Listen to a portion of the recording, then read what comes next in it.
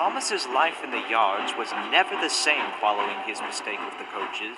The other engines loved teasing him about it, especially Henry, whose train was the one he had forgotten.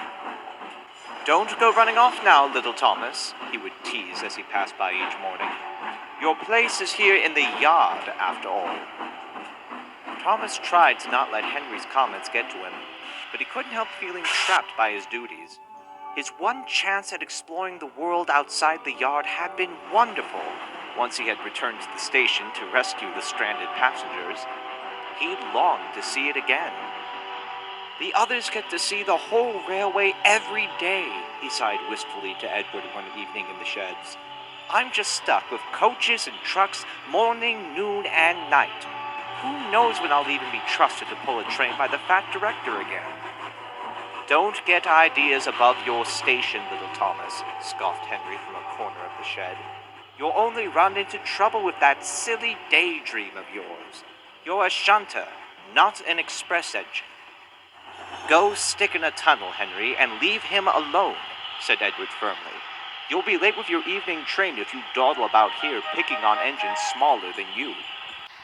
Henry snorted away in a cloud of steam. The tunnel incident was one event he certainly wanted to forget about.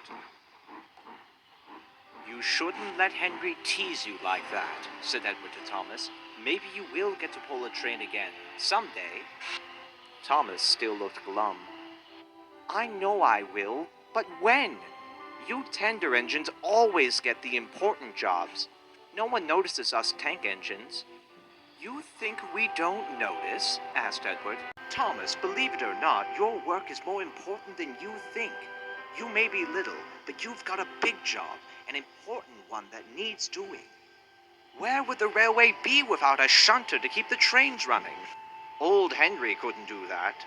Tender engines don't shunt after all." Thomas knew better after that. Henry still kept up with his teasing, but Thomas just took it in his stride. "He couldn't run his trains without me," he thought. "But I daren't test the fat director's temper by causing a delay. I'll just have to watch for an opportunity." One day, Thomas brought Henry's coaches to the station as usual. He ran round to the front just as Henry backed onto the train. "Shouldn't you be at the back?" Henry asked. "A heavy train like this will need a good push to start properly." "Sorry, not today," said Thomas cheekily. "I've got another train to arrange soon. Besides, I thought a big, strong engine like you could handle it easily." Henry scowled and was about to retort when a little boy called from the platform. "Daddy, why does Gordon look different today? He's gotten smaller." Henry seethed in embarrassment. Thomas saw an opportunity for getting his own back. "There, you see, Henry," he teased. "Even that little boy thinks you're a big, strong engine like Gordon. I'd hate to disappoint a passenger, wouldn't you?" "Oh, shut up!" snapped Henry. Just then the guard's whistle blew, and with much noise and steam, he went on his way.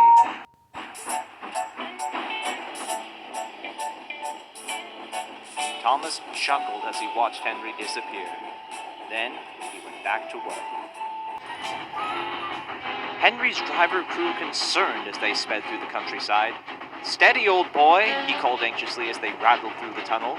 "No need to go so fast." But Henry was in no mood to listen. He kept brooding over what Thomas had said. "Stupid little tank engine," he muttered darkly. "I am big. I am strong. I'm better than that old blowhard Gordon anyway.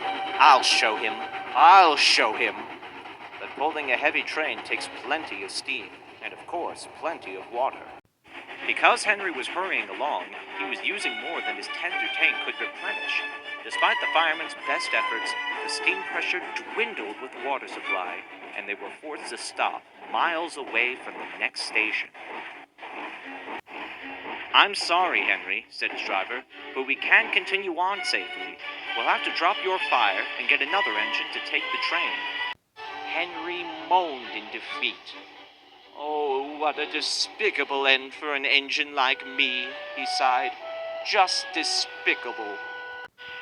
When Thomas stopped later for a drink, a red-faced porter hurried from across the yard towards them. "Hello," said his driver. "What's up?" Henry's run out of water and has had his fire dropped, panted the porter. We need you to help shift his train to the next station. Edward's coming to collect it, but we can't keep the main line blocked for long, or else Fat Hat's timetables will be in tatters. Do you think you can manage it? Well, we'll give it a good try, replied the driver. Won't we, Thomas? Thomas grinned with excitement. Finally, a chance to prove himself.